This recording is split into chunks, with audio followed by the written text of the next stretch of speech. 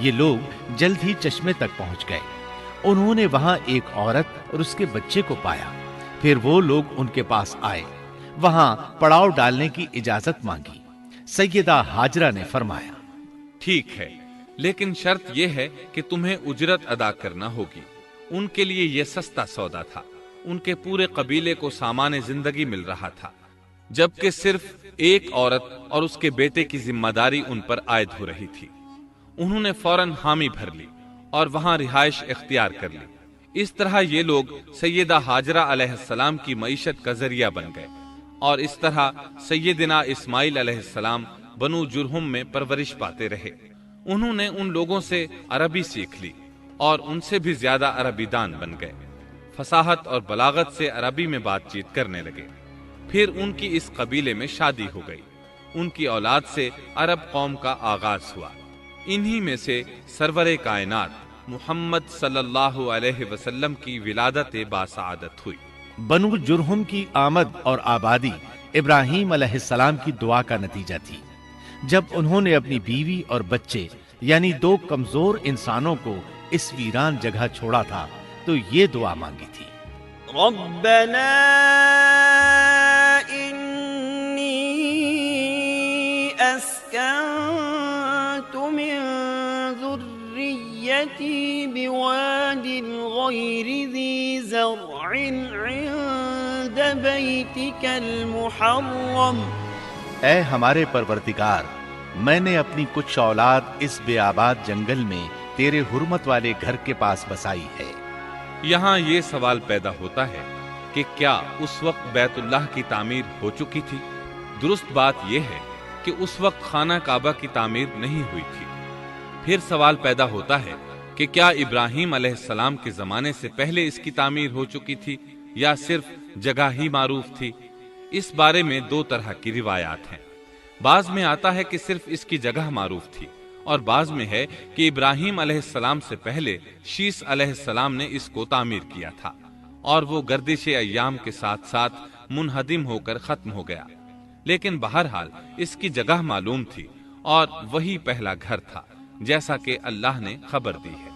ان اول بیت وضع للناس للذی ببکۃ مبارکا وہدی للعالمین۔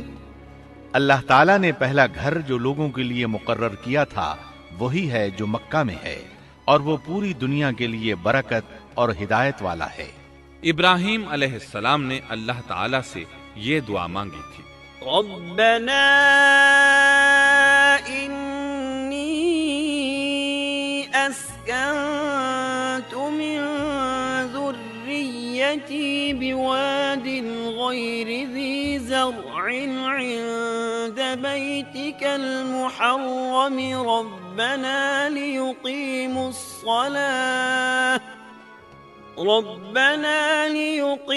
الصلاة فاجعل أفئدة من الناس تهوي إليهم وارزقهم من الثمرات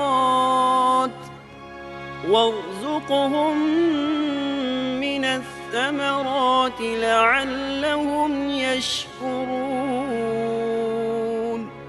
اے ہمارے پروردگار، میں نے اپنی کچھ اولاد اس بے کھیتی کے جنگل میں تیرے حرمت والے گھر کے پاس بسائی ہے۔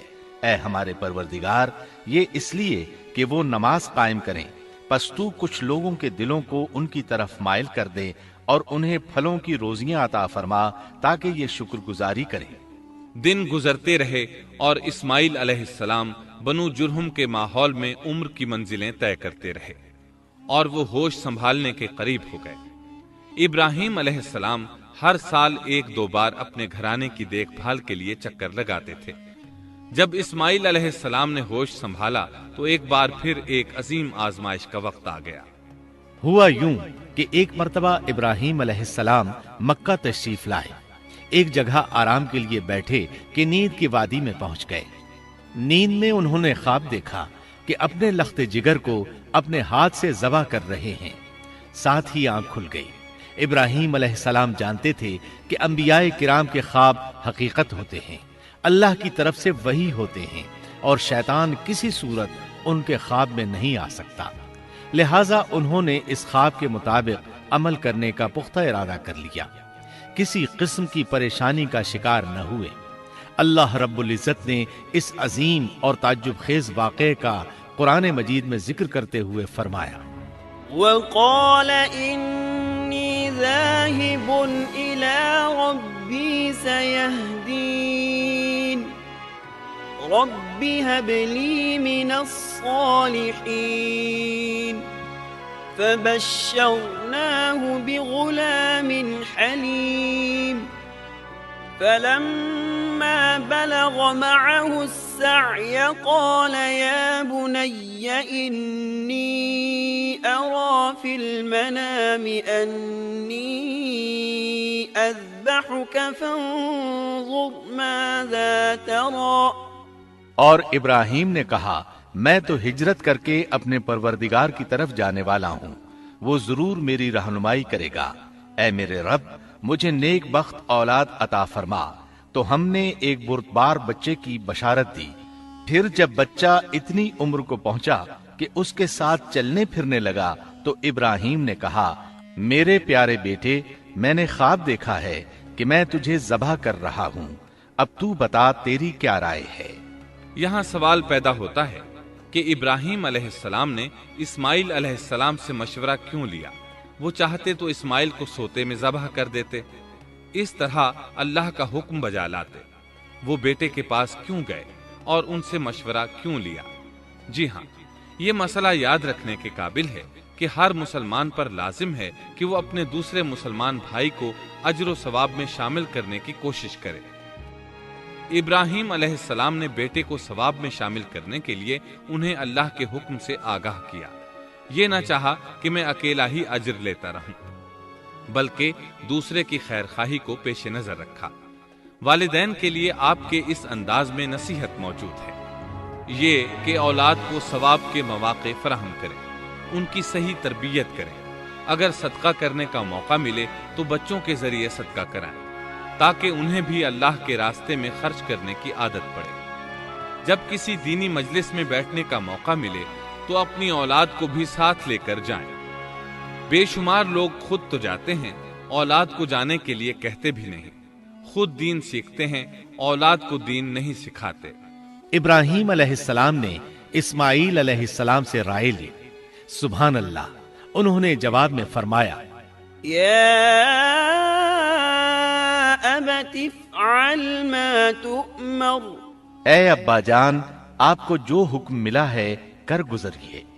یہ نہیں کہا کہ مجھے تو حکم نہیں ہوا، بلکہ فوراً سر تسلیم خم کر دیا، اس لیے کہ وہ جانتے تھے انبیاء کا خواب حقیقت پر مبنی ہوتا ہے، اللہ کی وحی ہوتا ہے، اس لیے بالکل پریشانی ظاہر نہ کی، یہ تک نہ پوچھا مجھے کیوں ذبح کر رہے ہیں، یا میرا کیا جرم ہے، یا آپ کے پاس کون سا صریح حکم آیا ہے۔ انہوں نے ایسی کوئی بات نہ کہی۔ اللہ کی فرما برداری اسی کو کہتے ہیں۔ چنانچہ اپنے باپ سے کہا، يا أبت افعل ما تؤمر ستجدني إن شاء الله من الصابرين۔ اے ابا جان، آپ کو جو حکم ہوا ہے اس کو کر گزریے، انشاءاللہ آپ مجھے صبر کرنے والوں میں پائیں گے۔ علماء کرام فرماتے ہیں اس جملے سے ان کا انتہائی ادب اور احترام شامل ہے، اور اس میں زبردست توکل موجود ہے۔ یہ نہیں کہا کہ آپ مجھے صبر کرنے والوں میں سے پائیں گے، بلکہ آپ نے اللہ کی مشیت کو جملے میں شامل کیا اور فرمایا انشاءاللہ آپ مجھے صبر کرنے والوں میں سے پائیں گے۔ لہٰذا مسلمانوں کو دھوکے میں نہیں پڑنا چاہیے۔ یہ نہ کہے میں سفر کروں گا، میں فلاں کام کروں گا، میں فلاں کام کے کرنے کی طاقت رکھتا ہوں، بلکہ یوں کہے اللہ نے چاہا تو میں سفر کروں گا، اللہ نے چاہا تو فلاں کام کروں گا۔ اپنے علم اور طاقت کے دھوکے میں پڑنا سراسر نادانی ہے۔ ہر چیز کا تعلق اللہ سے قائم کرے، جیسا کہ اللہ تعالیٰ فرماتے ہیں، ولا تقولن لشيء إني فاعل ذلك غدا إلا أن يشاء الله اور ہرگز ہرگز کسی کام پر یوں نہ کہنا کہ میں اسے کل کروں گا مگر ساتھ ہی انشاءاللہ کہہ لینا۔ اپنی زبان کو اللہ کے ذکر سے سجا کر رکھو اور ہمیشہ اپنے معاملات کو اللہ کی طرف لوٹاؤ۔ بہرحال باپ بیٹا دونوں ہی مصمم ارادے کے ساتھ اللہ کا حکم پورا کرنے کے لیے پیش ہو گئے۔ اسماعیل علیہ السلام نے اپنے والد محترم سیدنا ابراہیم علیہ السلام سے کہا، جب آپ مجھے ذبح کرنے لگیں تو میری پیشانی کو زمین پر رکھ دیجیے گا تاکہ آپ کو میرا چہرہ نظر نہ آئے اور کہیں آپ کے ہاتھ رک نہ جائیں، چہرہ دیکھ کر آپ پر شفقت پدری غالب نہ آ جائے۔ اب ابراہیم علیہ السلام نے بیٹے کی پیشانی پکڑ کر زمین پر لٹا دیا جیسا کہ اللہ تعالیٰ نے فرمایا۔ فلما أسلما وتله للجبين جب دونوں مطیع ہو گئے اور ابراہیم نے اسے پیشانی کے بل لٹا دیا، اب انہوں نے چھری پکڑی اور گردن پر چلا دی، لیکن چھری نے گردن نہ کاٹی، بالکل اسی طرح جیسے آگ نے ابراہیم کو نہیں جلایا تھا، اس لیے کہ چھری میں کاٹنے کی طاقت اور آگ میں جلانے کی صلاحیت اللہ کے حکم کے بغیر نہیں آ سکتی۔ اللہ نے دونوں سے یہ طاقتیں سلب کر لی۔ اب ابراہیم زور لگا رہے ہیں، ادھر اسماعیل علیہ السلام کہہ رہے ہیں، ابا جان جلدی کیجئے، چھری چلائیے۔ اللہ تعالیٰ نے اس واقعے کا ذکر یوں فرمایا ہے، فلما أسلما وتله للجبين جب وہ دونوں مطیع ہو گئے اور ابراہیم نے اسے پیشانی کے بل لٹا دیا۔ اس مطیع ہونے سے مراد اللہ کے حکم کو نافذ کرنا ہے۔ اب ظاہر ہے مطیع تو وہ پہلے بھی تھے، لیکن یہاں اسلما یعنی مطیع ہونے سے مراد کامل اسلام ہے۔ نہایت واضح اور حقیقی اسلام مراد ہے، اس لیے کہ کامل اسلام وہی ہوتا ہے جس میں بغیر کسی تردد اور توقف کے اللہ کے امر اور نہی کی تصدیق کی جائے، یہ تھا حقیقی اسلام۔ ہاں تو چھری چلتی رہی، گلا نہ کٹا، اس لیے کہ امتحان اور آزمائش کی تکمیل ہو چکی تھی۔ یہ بات ثابت ہو چکی تھی کہ اللہ کا حکم نافذ کرنے میں دونوں پوری طرح کوشاں ہیں۔ اللہ تعالیٰ بھی فرما برداری ہی کا صلہ عطا فرماتے ہیں، چنانچہ آواز آئی، قد صدقت الرؤيا إنا كذلك نجزي المحسنين إن هذا لهو البلاء المبين ہم نے اسے پکارا، اے ابراہیم تو نے خواب کو سچ کر دکھایا، یقیناً ہم اسی طرح نیکوکاروں کو جزا دیا کرتے ہیں۔ یقیناً یہ ایک کھلی آزمائش تھی۔ تاریخ کا ایک عظیم ترین امتحان اور کڑی آزمائش دنیا کو آج بھی حیرت میں ڈال دیتی ہے۔ کون ہے جو بیٹے کو ذبح کرنے پر تیار ہو جائے، خاص طور پر اس صورت میں جب اولاد بھی اکلوتی ہو، جس کی وجہ سے 86 سال کے بعد آنگن میں بہار آئی ہو۔ پھر اس کی قربانی کا بھی واضح حکم نہیں دیا گیا تھا، اشارتاً خواب میں رہنمائی کی گئی تھی۔ آپ کہہ سکتے تھے یہ قتل اور سنگین جرم ہے، کہہ سکتے تھے اپنے بیٹے کو کس جرم میں قتل کروں، لیکن آپ نے بغیر کسی تعامل کے سر تسلیم خم کر دیا اور اس عظیم امتحان میں کامیاب ہوئے۔ اللہ فرماتے ہیں، وَإِبْرَاهِيمَ الَّذِي وَفَّى اور ابراہیم وہ ہیں جنہوں نے وفاداری کی۔ اس آیت میں یہ نہیں بتایا گیا کہ کس چیز میں وفاداری کی، اس لیے کہ وہ تو ہر معاملے میں مکمل طور پر وفاداری کا مظاہرہ کر چکے تھے۔ آگ میں ڈالے جانے والا معاملہ، بیوی اور بچے کو لق و دق میدان میں چھوڑ آنے کا معاملہ، پھر ذبح کا امتحان، تعمیر بیت اللہ کی مشقت، غرض ہر معاملے میں وفادار تھے، حتیٰ کہ اپنا مال اللہ کے راستے میں خرچ کرنے میں اس قدر وفادار کہ ابو زیفان کے لقب سے مشہور ہو گئے۔ اس کا معنی ہے مہمان نواز۔ کسی مہمان کو دسترخوان پر اپنے ساتھ بٹھائے بغیر ایک لقمہ نہیں کھاتے تھے۔ باہر نکلتے مہمان تلاش کرتے، پھر اس کے ساتھ مل کر کھانا کھاتے۔ مہمان نہ ملتا تو سخت غمگین ہو جاتے۔ اس طرح انہوں نے اللہ کے ہر حکم کی پاسداری کی۔ ذبح والے اس امتحان کا اللہ نے انہیں کیا صلہ دیا؟ اللہ فرماتے ہیں وَفَدَيْنَاهُ بِذِبْحٍ عَظِيمٍ، ہم نے اسے عظیم ذبیحے کا بدلہ عطا کیا۔ ہاں تو ہم بتا رہے تھے، چھری نے گلا نہ کاٹا۔ ایسے میں ابراہیم علیہ السلام نے ایک آواز سنی۔ آواز پیچھے سے آئی تھی۔ انہوں نے مڑ کر دیکھا، جبریل علیہ السلام نظر آئے۔ وہ آسمان سے ایک مینڈھا لے کر آئے تھے۔ دنیا کے مینڈھوں میں سے نہیں بلکہ جنت کا مینڈھا لائے تھے۔ سیدنا عبداللہ بن عباس رضی اللہ عنہما سے روایت ہے کہ وہ مینڈھا جنت میں 40 سال تک چرتا رہا۔ سفید رنگ، کشادہ آنکھوں، خوبصورت سینگوں والا حسین و جمیل مینڈھا تھا۔ بہرحال یہ ابراہیم علیہ السلام کی وفاداری کا بدلہ تھا جو اسماعیل علیہ السلام کے فدیے میں دیا گیا، اور پوری امت مسلمہ کے لیے حکم ہو گیا کہ اللہ کی رضا کے لیے قربانی اور ہدی پیش کرتے رہیں۔ کعبے کے پاس حرم الہی میں ہر سال یہ سنت ادا کی جاتی ہے، اور ان کے ساتھ ساتھ پوری زمین کے تمام خطوں پر بسنے والے مسلمان بھی اس عظیم فرمانبرداری کی علامت کے طور پر قربانیاں پیش کرتے ہیں۔ مینڈھے کے ذکر کا مطلب یہ ہے کہ ہم سنت ابراہیمی پر گامزن ہو جائیں۔ یہ مینڈھا ہمیں اللہ کے لیے قربانی کا سبق دیتا ہے۔ ہمیں چاہیے سنت ابراہیمی کی اقتدا کرتے ہوئے ہم اپنی جانوں، اپنی اولاد اور اپنے مالوں کو اللہ کی راہ میں قربان کرنے کے لیے تیار ہو جائیں۔ اللہ تعالیٰ فرماتے ہیں وَفَدَيْنَاهُ بِذِبْحٍ عَظِيمٍ وَتَرَكْنَا عَلَيْهِ فِي الْآخِرِينَ سَلَامٌ عَلَىٰ إِبْرَاهِيمَ كَذَلِكَ نَجْزِي الْمُحْسِنِينَ إِنَّهُ مِنْ عِبَادِنَا الْمُؤْمِنِينَ۔ اور ہم نے اسے عظیم ذبیحہ عطا کیا، اور ہم نے اس کا پچھلوں میں ذکر خیر چھوڑا۔ سلامتی ہو ابراہیم پر۔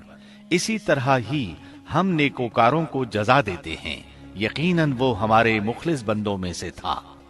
اور اسی طرح اللہ فرماتے ہیں وَبَشَّرْنَاهُ بِإِسْحَاقَ نَبِيًّا مِّنَ الصَّالِحِينَ،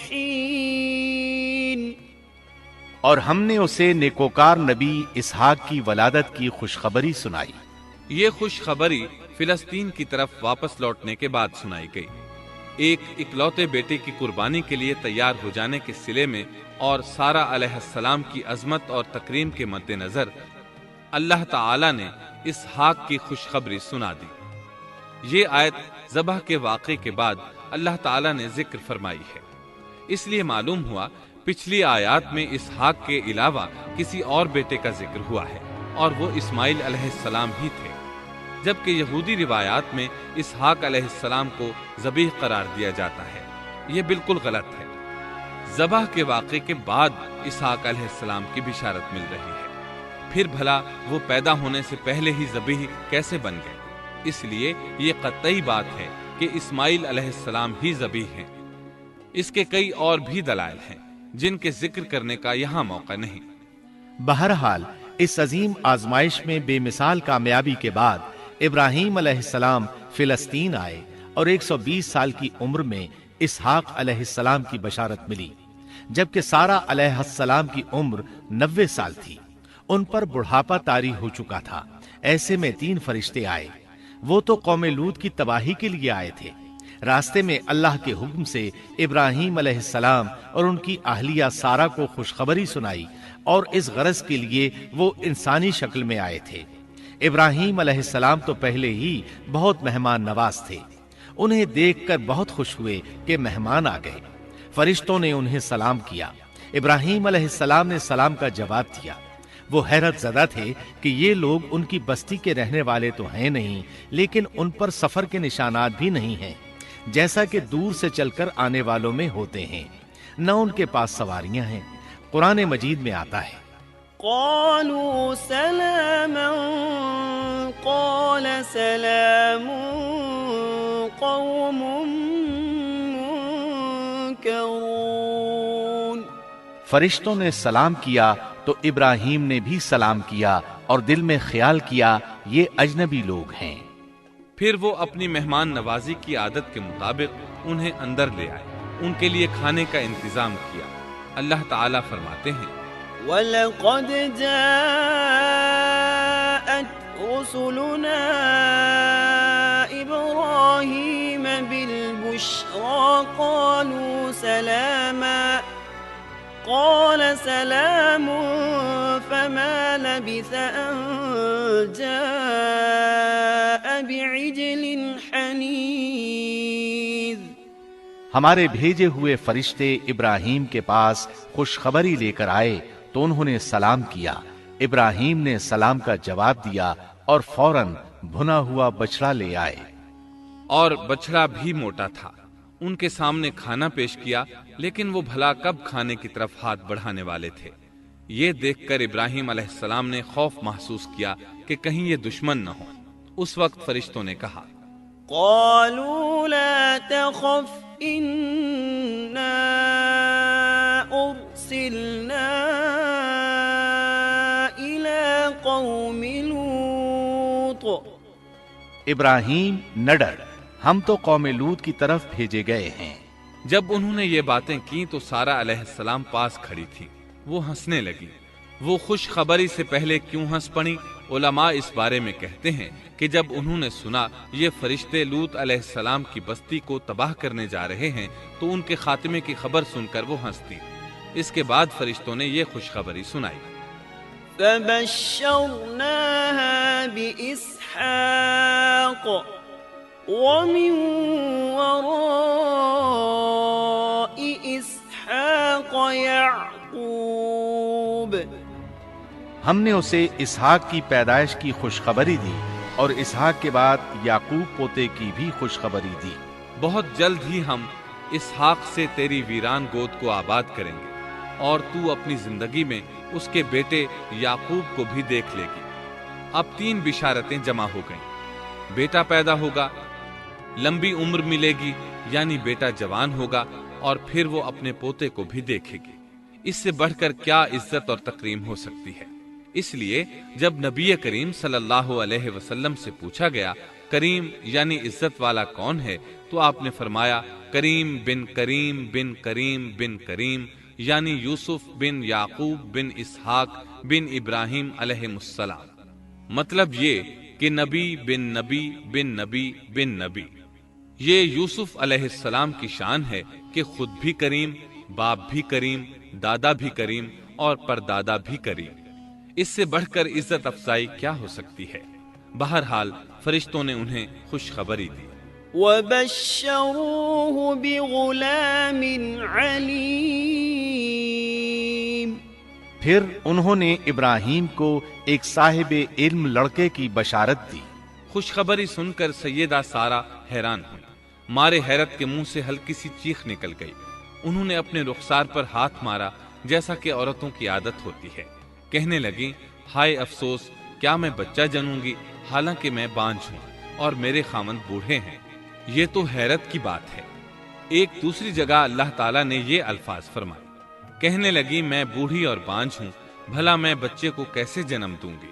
اس پر فرشتوں نے کہا تو اللہ کے حکم پر تعجب کرتی ہے، اے اہل بیت، یہ تو اللہ کی تم پر رحمت اور برکت ہے، وہ بہت بزرگ اور قابل تعریف ہے۔ دوسری آیت میں ہے انہوں نے کہا اسی طرح تیرے رب نے فیصلہ کیا ہے اور ہمیں کہا ہے، یقیناً وہ بہت حکمت والا ہے اور علم رکھنے والا ہے۔ یہ تھی اسحاق علیہ السلام کی ولادت کی خوشخبری۔ ابراہیم علیہ السلام مکے میں سیدنا اسماعیل علیہ السلام سے ملنے کے لیے آتے رہتے تھے۔ ایک روز آئے تو ان سے کہا اے میرے بیٹے، اللہ تعالیٰ نے مجھے حکم دیا ہے کہ اس مقام پر اللہ کا گھر تعمیر کرنا۔ اسماعیل علیہ السلام نے فوراً کہا میں حاضر ہوں۔ اس طرح انہوں نے کھدائی شروع کی۔ ایسے میں انہیں شیس علیہ السلام کی تعمیر کے آثار نظر آئے۔ انہوں نے اس پر تعمیر شروع کر دی۔ ایک روایت میں یہ بھی ہے کہ انہوں نے فرشتوں والی بنیادوں کے آثار بھی دیکھے۔ نبی کریم صلی اللہ علیہ وسلم کی جوانی کے دنوں میں جب مکے کے قریش نے کعبے کی تعمیر نئے سرے سے کی تو انہوں نے اس کی بنیادوں کو گہرا کرنا چاہا۔ وہ کھدائی کرتے ان سبز پتھروں تک پہنچ گئے جو پہاڑوں کی چوٹیوں کی طرح نظر آ رہے تھے۔ انہوں نے ان پتھروں کو نکالنا چاہا۔ ایک شخص نے کدال کے ذریعے ایک پتھر کو باہر نکالا تو اس کے نیچے سے اتنا نور نکلنے لگا کہ قریب تھا وہ شخص اندھا ہو جاتا۔ پھر پتھر خود بخود نیچے جا گرا اور اپنی جگہ پر جم گیا۔ اس کے بعد لوگوں نے ان پتھروں کو ہاتھ نہ لگایا اور تعمیر شروع کر دی۔ قرآن مجید میں تعمیر کعبہ اور بیت اللہ کا تذکرہ اس طرح آیا ہے۔ وَإِذْ بَوَّأْنَا لِإِبْرَاهِيمَ مَكَانَ الْبَيْتِ أَلَّا تُشْرِكْ بِي شَيْئًا وَطَهِّرْ بَيْتِيَ لِلطَّائِفِينَ وَالْقَائِمِينَ وَالرُّكَّعِ السُّجُودِ۔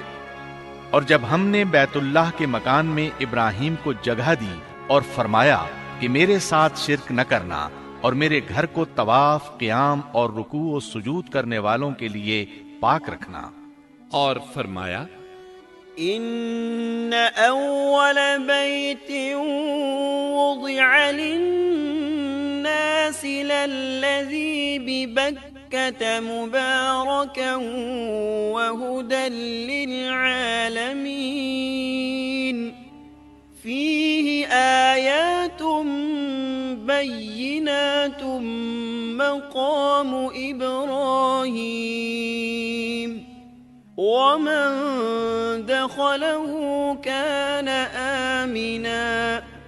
بے شک لوگوں کے لیے جو پہلا گھر تعمیر کیا گیا ہے وہ مکہ میں ہے، وہ جہان والوں کے لیے برکت اور ہدایت کا ذریعہ ہے۔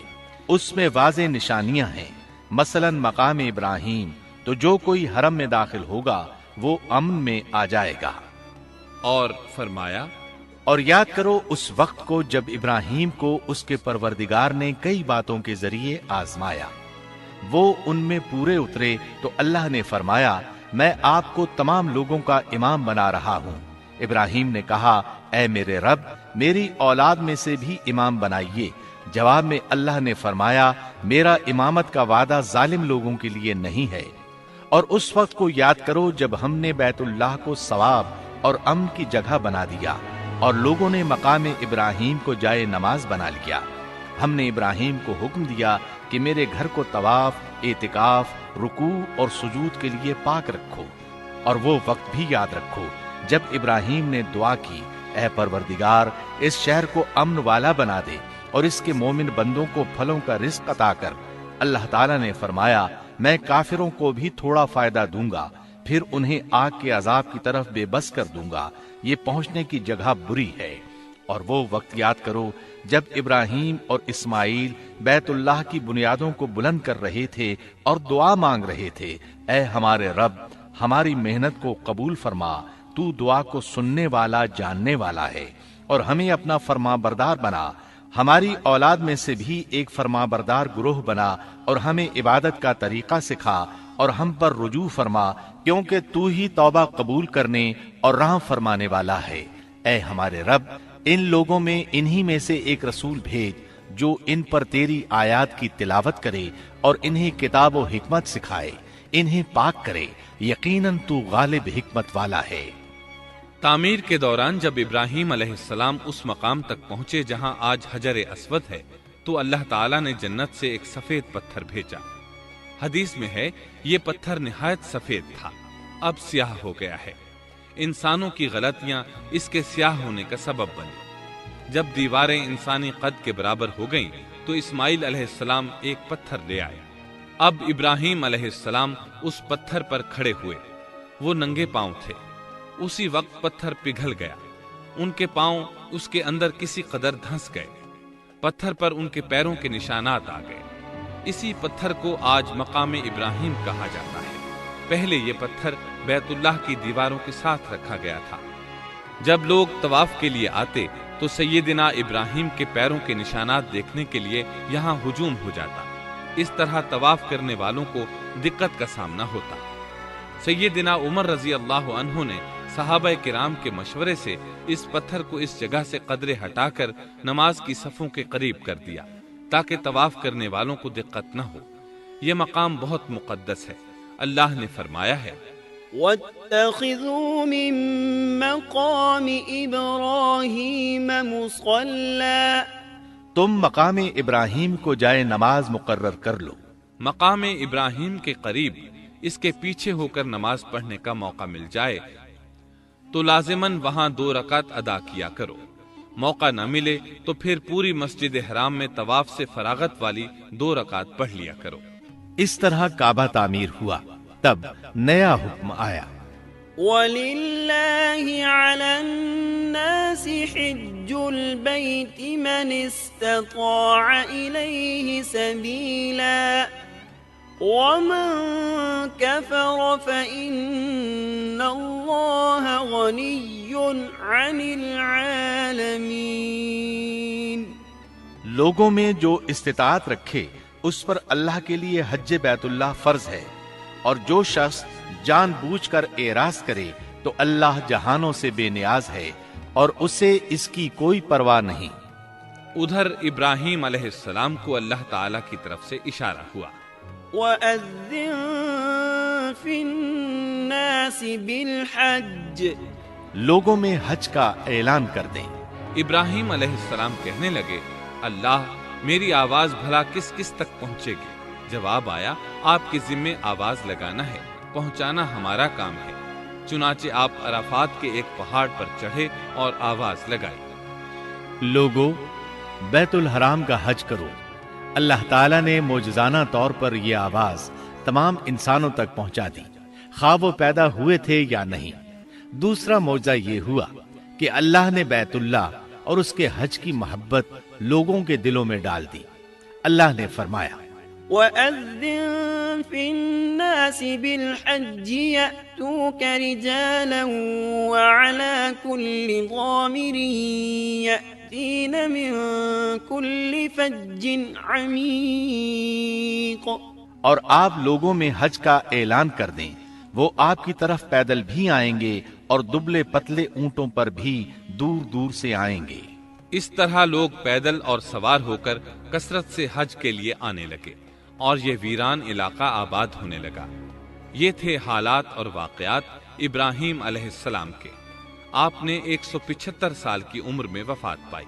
آپ سے پہلے سیدہ ہاجرہ علیہ السلام نے وفات پائی اور ان کی وفات سے کچھ ہی عرصہ بعد سیدہ سارہ علیہ السلام 127 سال کی عمر میں فوت ہو گئیں۔ ان دونوں کی وفات کے بعد آپ غمگین رہنے لگے۔